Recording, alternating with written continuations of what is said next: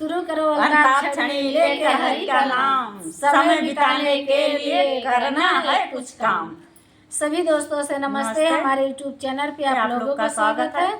एक छोटा सा प्यारा सा देखिए, हम तीनों सहेली शंकर जी के विवाह गाली गीत सुनाने चले हैं, जब शंकर जी अपने ससुराल गए हैं। तब के गीत आए, देखा हमसे कैसे जोड़ जोड़ के शंकर जी के गाली गीत बनाए।